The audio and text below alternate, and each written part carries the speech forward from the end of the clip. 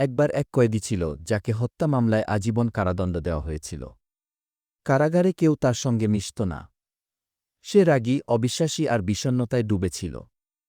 একদিন কারাগারের এক গার্ড তার হাতে একটি কুরআন দিয়ে বলল, তুমি সময় কাটাতে এটা পড়ো।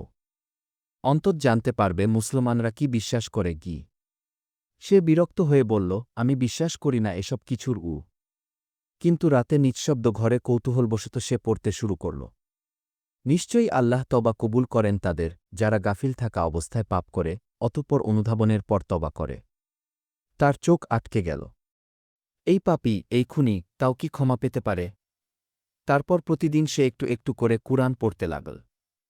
সে কাঁদত, নামাজ শিখল, ক্ষমা চাইত। একদিন সে গার্ডকে বলল, তুমি আমাকে মুক্তি দিয়েছ আমার মন থেকে। বছরখানেক পর তার আচরণ দেখে তাকে প্যারোলে মুক্তি দেওয়া হয়। সে এখন একজন ইসলামী দায়ী, প্রকাশ্যে বলে, কুরআন আমাকে খুনি থেকে মুমিন বানিয়েছে। পাপ যত বড় হোক, আল্লাহর রহমত সবকিছুর চেয়ে বড়। কখনোই দেরি হয়ে যায় না ফিরে আসতে। সাবস্ক্রাইব করুন এমন আরও বাস্তব গল্প পেতে।